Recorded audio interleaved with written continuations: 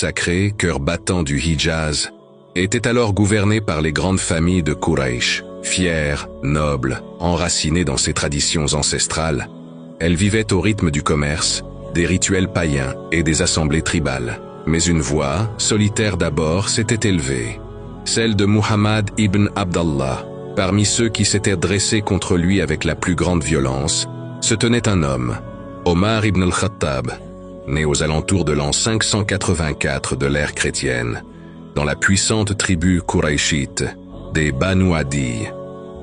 Il était de ceux qu'on ne défiait pas à la légère. Grand, large d'épaules, regard perçant, voix grave. Il appartenait à la noblesse de Quraysh et était respecté pour sa force, son intelligence et son autorité naturelle. Il connaissait la généalogie des tribus, excellait dans l'art oratoire et participait aux assemblées des doyens. Il faisait aussi partie des quelques lettrés de son temps, sachant lire et écrire. Mais c'était surtout son caractère farouche, son attachement aux traditions de ses ancêtres et son rejet viscéral du message de l'islam qui le rendait redouté des musulmans. Omar n'était pas un simple adversaire. Il était un ennemi actif. Il persécutait les croyants, les frappait, les insultait, s'acharnait sur les plus faibles. Il ne supportait pas l'idée qu'un homme remette en question les dieux de Quraysh, ni qu'il puisse abolir l'ordre établi. Sa haine du message prophétique était alimentée par sa fierté tribale, son attachement aux coutumes et sa conviction que cette nouvelle religion était un poison qui menaçait l'équilibre de la cité. Il voyait dans l'appel à l'unicité de Dieu une insulte aux ancêtres.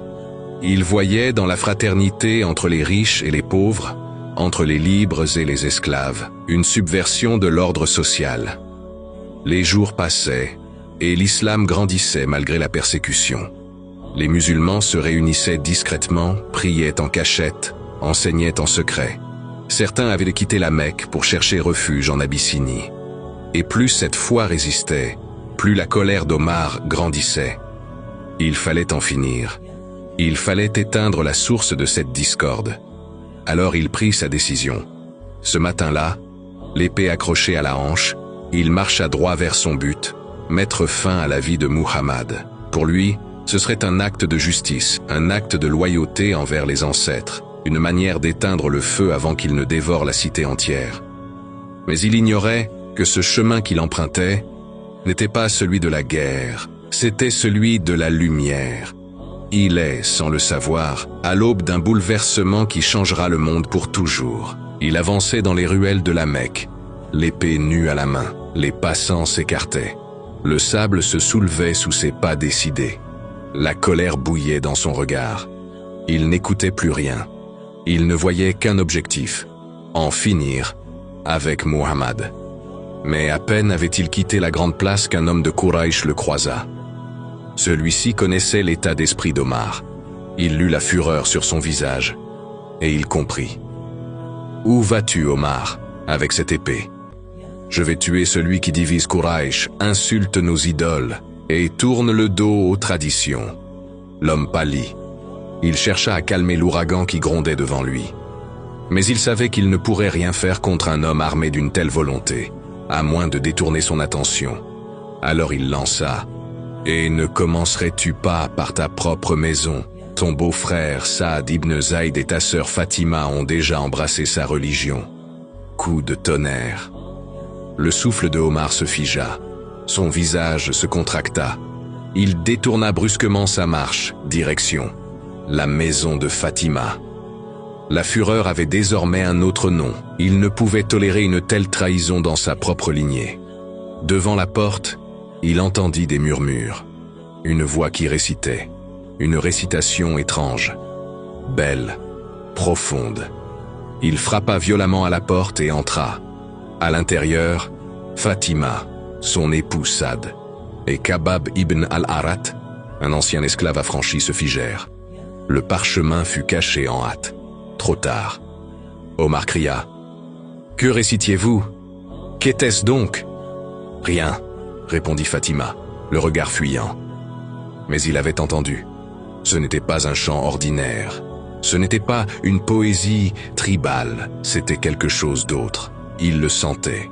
et cela l'exaspérait davantage.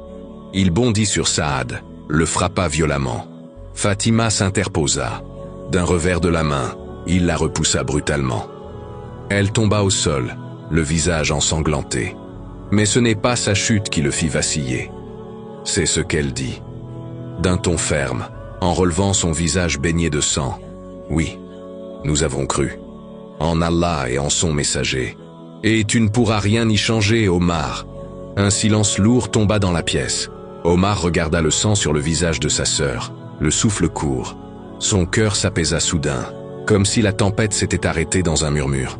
« Donnez-moi ce que vous lisiez, » dit-il. Fatima répondit. « Tu es impur, Omar. Va d'abord te purifier. » Il sortit, se lava, puis revint. Elle lui remit alors le parchemin.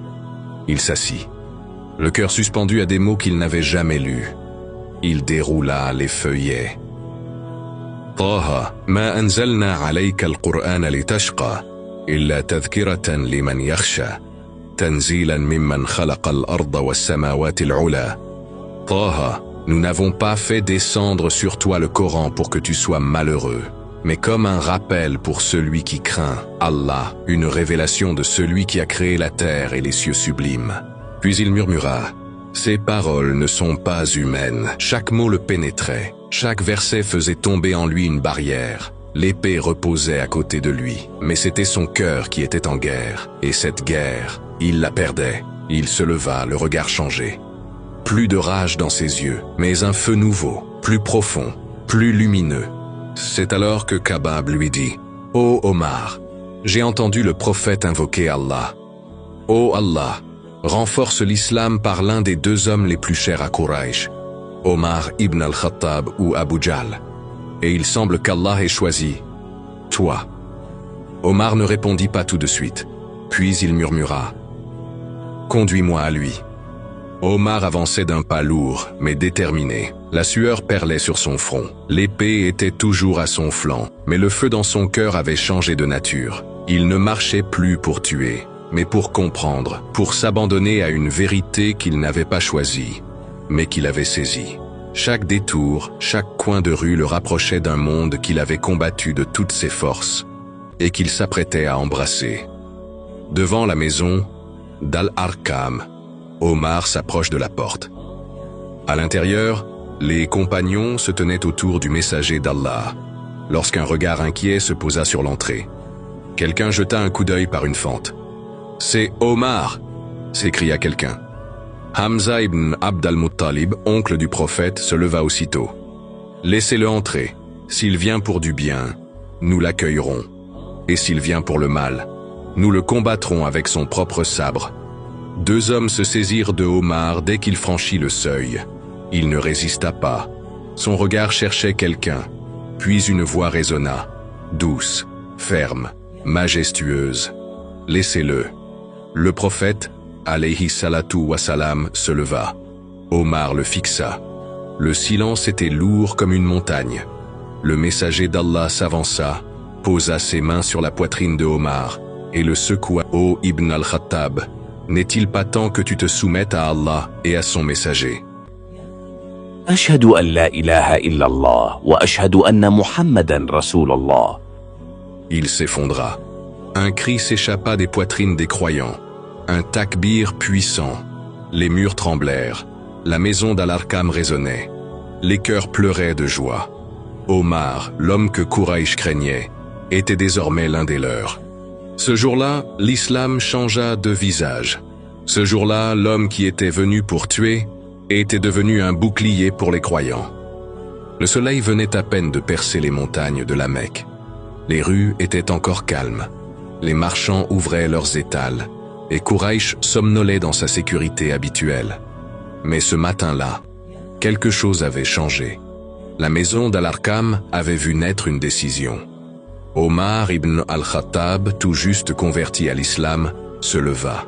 Le regard droit, l'âme lavée. Il se tourna vers le messager d'Allah. « Ô messager d'Allah, ne sommes-nous pas dans la vérité ?»« Bien sûr, » répondit le prophète. « Alors pourquoi nous cacher? Par Allah, nous sortirons. » Le silence dans la pièce fut rompu par un sourire. Et le prophète, alayhi salatu wa salam, approuva. Et ainsi, pour la première fois, 2 colonnes se formèrent. L'une dirigée par Omar ibn al-Khattab, l'autre par Hamza ibn Abd al-Muttalib. Les croyants, jusqu'ici discrets, levèrent la tête. Ils sortirent dans les rues, non plus en fuyant, mais en marchant fièrement, récitant à voix haute les versets du Coran.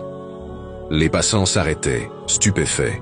Omar ouvrait la marche, grand, solide, majestueux. Il ne regardait ni à gauche ni à droite. Chaque pas était une déclaration de guerre à la peur. Chaque souffle disait « Nous sommes là et nous n'avons plus peur ». Ils arrivèrent à la Kaaba. Pour la première fois, les musulmans firent la tawaf autour de la maison, en groupe, à haute voix, sous le regard médusé des notables païens.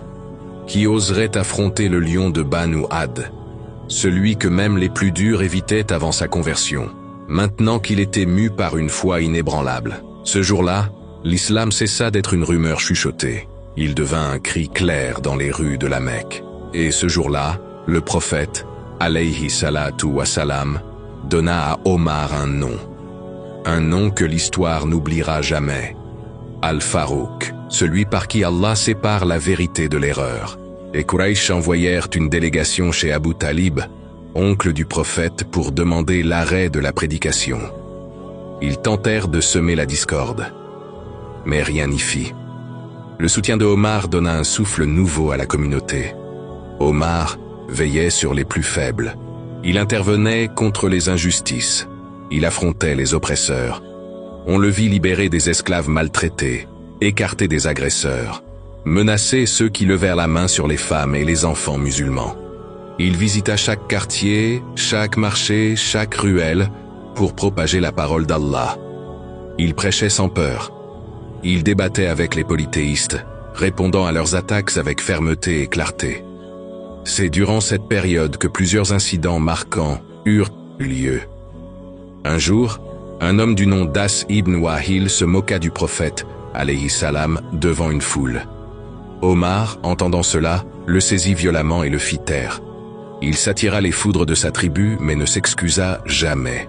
Une autre fois, un jeune musulman, fils d'un esclave affranchi, fut humilié publiquement par des Qurayshites. Omar intervint, seul contre plusieurs. Il frappa, il défendit, il fit taire l'humiliation. Ce fut aussi durant cette période qu'Omar établit un réseau de vigilance. Il surveillait les mouvements des polythéistes, il avertissait les musulmans des complots, il protégeait les rassemblements secrets, et il escortait parfois les compagnons à travers la ville. Mais plus le temps passait, plus la situation devenait tendue. Les persécutions s'intensifièrent. Soumaïa, radiallahu anha, la première martyre de l'islam, fut tuée par Abu Jahl. Bilal fut torturé. Ammar et ses parents soumis à des violences inhumaines. Omar, malgré sa puissance, ne pouvait être partout. Il défendait, mais il voyait les siens souffrir. Il voyait les injustes triompher. Son cœur bouillonnait, mais il gardait sa confiance en Allah. Il ne se laissa jamais entraîner par la vengeance. Il patientait, conseillait la retenue, écoutait le prophète. Alors, quand le prophète autorisa les compagnons à émigrer vers Abyssinie, puis plus tard vers Médine, Omar ne s'y opposa pas. Il savait que l'heure viendrait. Mais lorsqu'il s'agissait de quitter la Mecque en secret, lui n'irait pas discrètement. Il se tint devant la Kaaba et dit « Demain je pars. Que celui qui veut que sa mère le pleure, qu'il m'arrête. » Personne n'osa. Omar quitta la Mecque dans la dignité, dans la lumière, comme un lion quitte sa terre. La tête haute, le regard loin, et le cœur en paix. L'islam s'enracinait dans les cœurs, mais les épées de Quraysh brillaient à l'horizon. Ils venaient, et personne ne doutait de leur haine. Ils voulaient en finir avec ce message, écraser ce prophète, briser cette communauté naissante. Omar, lui, se tenait prêt. Il n'était plus le notable de la Mecque, il était le soldat de l'islam. Fidèle, discipliné, lucide. Il ne combattait pas pour des biens, ni pour une tribu. Il combattait pour Allah. La bataille de Badr, l'an 624 de notre ère. soit le 17 Ramadan de l'an 2 de l'Hégire. L'armée musulmane ne comptait que 313 hommes, mal équipés, peu armés. En face, près de 1000 Kouraïchites, bien préparés, Omar était parmi les premiers volontaires. Il ne tremblait pas. Pendant le combat, il s'avança avec force. Son bras fendit les rangs ennemis. Il frappa sans relâche. Il protégeait les faibles, il soutenait le front. Son visage maculé de poussière et de sang était un reflet de sa foi inébranlable. Ce jour-là, il perdit son oncle, Al-As ibn Hisham, tué alors qu'il combattait du côté ennemi. Mais Omar ne faiblit pas. La vérité primait sur les liens du sang. Badr fut une victoire écrasante pour les musulmans. Et Omar y avait laissé une empreinte, celle d'un homme de poigne, de stratégie et de soumission totale à Allah. L'année suivante, Quraysh revint. Cette fois, plus organisée, plus revancharde. Omar combattit vaillamment, collé au prophète. Mais quand l'archerie fut délaissée, l'ennemi renversa les lignes. Dans le chaos, une rumeur circula. Muhammad est mort. Le cœur d'Omar se serra. Il chancela un instant, mais lorsqu'il vit le prophète vivant, blessé mais debout, il reprit ses esprits. Il se battit jusqu'au soir, protégeant les blessés, repliant les rangs. Uhud fut une leçon. L'obéissance est le rempart de la victoire. Et Omar la grava dans son cœur. La bataille d'Al-Khandak, la guerre des nerfs. Les coalisés vinrent en masse. Quraysh, les Juifs de Banu Quraïza, les tribus des confins. Médine était encerclée. C'est à cette époque que Omar fut vu jour et nuit à défendre les tranchées, à surveiller les points faibles, à encourager les hommes. Il portait les lourdes pierres, creusait la terre et dormait à peine. Quand les compagnons faiblissaient, il disait « Allah est avec nous ». La patience l'emporta sur la force. Le vent dispersa les coalisés, et les tranchées devinrent le symbole de la foi résistante. Lors du traité de Hudaybiyah, Omar eut du mal à accepter un accord en apparence humiliant. Il parla fermement au prophète, s'interrogea, pleura. Mais quand la paix s'établit et que les conversions affluèrent, il comprit. Il regretta son impatience et fit repentance. Sa sincérité transparut. Il ne doutait jamais du message, mais seulement de sa propre compréhension. Et Allah l'éleva pour cela. La conquête de la Mecque. Quand les musulmans revinrent, forts et unis, Omar fut parmi les chefs de division. Mais ce ne fut pas une bataille. Ce fut une ouverture. Il entra dans sa ville natale en croyant, en vainqueur, mais humble. Il observe les Kouraïchites qui, jadis arrogants, baissèrent la tête. Il ne se vengea pas. Il ne méprisa personne. Il pleura devant la Kaaba, louant celui qui lui avait rendu cette terre. Non par la force, mais par la foi. Et ce fut là que la mission bascula. Le monde ne serait plus jamais le même. Omar avait combattu avec son épée. Désormais, il allait gouverner avec son cœur. Et les conquêtes à venir, les plus vastes de toute l'histoire de l'islam, porteraient son empreinte. Il avait combattu à Badr, tenu la ligne à Uhud, veillé sur les tranchées à Khandak. Mais ce que l'histoire allait encore écrire sous ses pas n'était plus seulement le récit d'un compagnon valeureux. C'était celui d'un homme qui allait bientôt porter sur ses épaules le poids du monde musulman. Cette conquête, Fatou Makka, fut totale, mais sans effusion de sang. Elle scella la victoire de la foi sur la haine, de la miséricorde sur la vengeance, le cœur au front. La bataille de Hunayn. À peine 2 semaines après cette conquête pacifique, une coalition des tribus de Hawazin et Thaqaf prépara une riposte. L'armée musulmane, forte de 12 000 hommes, partit vers Hunayn. Omar, toujours en première ligne, observa les rangs musulmans tomber dans un instant de suffisance. Nous ne pouvons pas perdre aujourd'hui, nous sommes trop nombreux. Mais la confiance en soi ne vaut rien sans la pleine soumission à Allah. L'armée fut surprise. Les flèches ennemies semèrent la panique. Et au milieu du désordre, une voix perça, celle du prophète, debout sur sa mule, appelant ses compagnons. Omar courut vers lui, ralliant les hommes, redressant les rangs. Quand la foi revint dans les cœurs, la victoire revint sur le champ. Ce fut l'une des leçons les plus puissantes qu'Omar retint. Ce n'est pas le nombre qui gagne, c'est la sincérité. Le dernier regard. L'an 10 de l'Hégire, le prophète accomplit son pèlerinage d'adieu. Omar marchait près de lui, les yeux humides. Il comprenait. Le ton du prophète était grave, profond. Ses paroles parlaient de transmission, de responsabilité, d'héritage. Et peu après, le message fut complété. La révélation s'acheva, et le cœur de Médine se glaça. Le jour où le prophète quitta ce monde, Omar perdit pied. Il entra dans la mosquée, l'épée à la main, criant qu'il tuerait quiconque oserait dire que Muhammad était mort. Il ne pouvait pas accepter. Il refusait de croire. C'est Abou Bakr qui le calma, lisant avec force ce verset. Muhammad n'est qu'un messager. D'autres messagers sont passés avant lui. S'il mourait ou s'il était tué, retourneriez-vous sur vos talons. Sourate Al-Imran, 344. Les jambes d'Omar flanchèrent. Il tomba et pleura. Mais ce jour-là, il comprit que désormais, la Oumma devait tenir debout sans la présence physique du prophète. Et dans le silence de Médine endeuillée, le regard d'Omar se tourna vers l'avenir. Les Ansars s'étaient réunis, envisageant de désigner un chef parmi eux. Mais les Muhajiroun menés par Abou Bakr, Omar et Abou Ubaïda les rejoignirent. Dans une scène empreinte de sagesse, Abou Bakr s'adressa à eux avec fermeté et apaisement. Il rappela que les Arabes ne reconnaîtraient de la direction que si elle venait des Quraysh.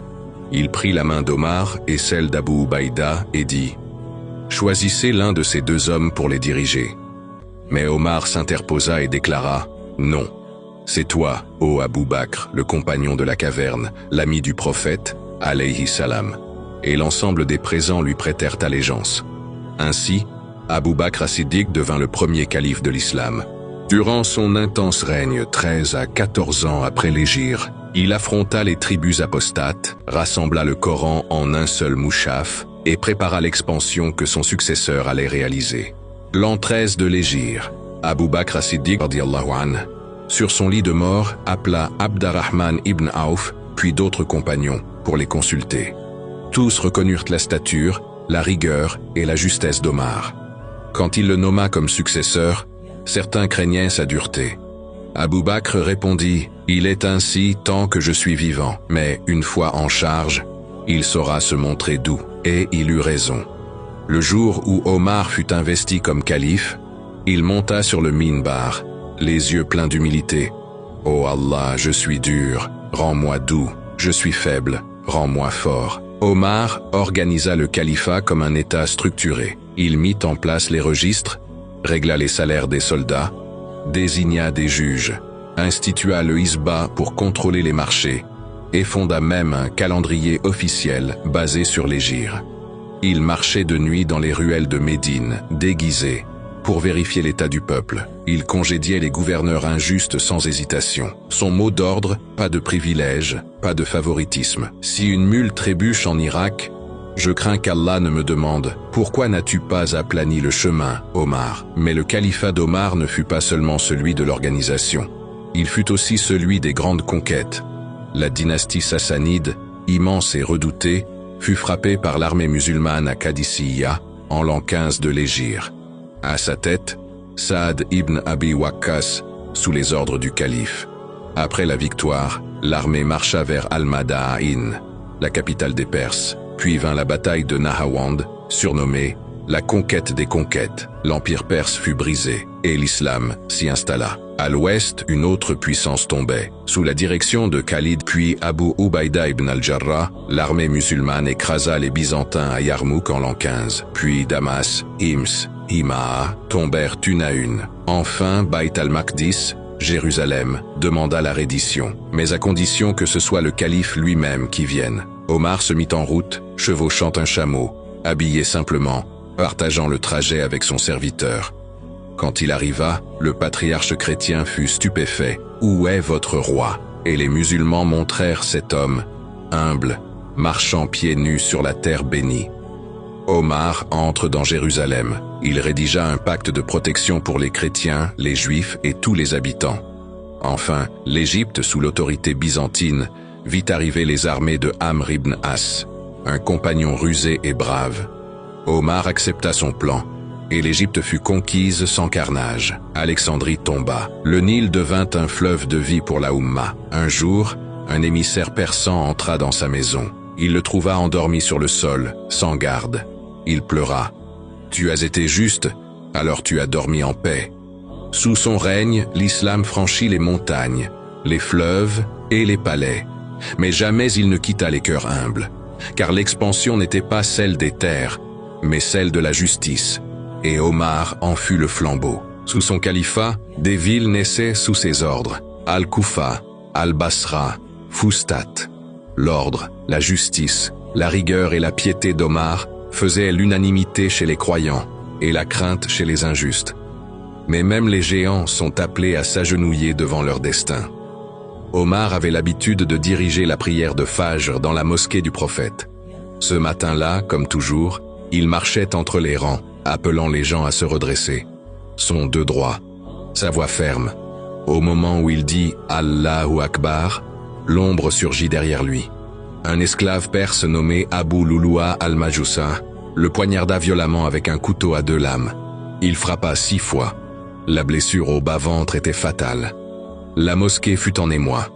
Mais Omar, même à l'agonie, pensa à la prière. « Finissez votre salah. Ne la laissez pas à cause de moi. » Il fut porté jusqu'à sa maison. Alité, sa voix était faible, mais son esprit restait vif. Il demanda immédiatement « Qui m'a frappé ?» Abu Lulua, l'esclave du gouverneur Al-Mourira. « Louange à Allah, ce n'est pas un musulman qui m'a tué. » Il s'inquiéta ensuite de ses responsabilités. « Avez-vous accompli les salawats? Le musulman qui néglige la prière n'a pas de part dans l'islam. » Il appela son fils Abdullah, lui dit « Va voir Aïcha. Demande-lui la permission de m'enterrer à côté de mes 2 compagnons. » Elle accepta, avec des larmes dans la voix. Conscient de sa mort imminente, Omar n'imposa aucun successeur.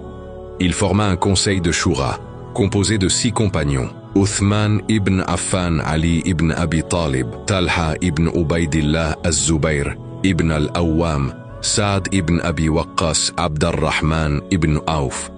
Et il leur ordonna de désigner le prochain calife après 3 jours. Au matin du 1er Muharram l'an 24, Omar sentit que son heure approchait. Il pria même allongé, en geste de soumission. Puis il récita en pleurant « Ô mon Seigneur, je t'ai servi autant que j'ai pu. Pardonne-moi mes manquements. Ne me prive pas de ton pardon. » Et avant de rendre son âme, il murmura « La ilaha illallah, Muhammadun Rasulullah ». Omar fut lavé et enveloppé dans son tissu usé. Puis ses proches le portèrent jusqu'à la chambre du prophète. Là, entre le prophète et Abou Bakr, fut creusée sa tombe. Et c'est dans cet espace étroit, mais infiniment précieux, que reposa l'homme que le messager d'Allah avait dit voir marcher au paradis. Omar est parti, mais ses traces résonnent encore. Son nom est devenu synonyme de droiture. Sa vie, une école, et sa mort, une leçon. La grandeur n'est pas dans les palais, mais dans les cœurs qui craignent Allah.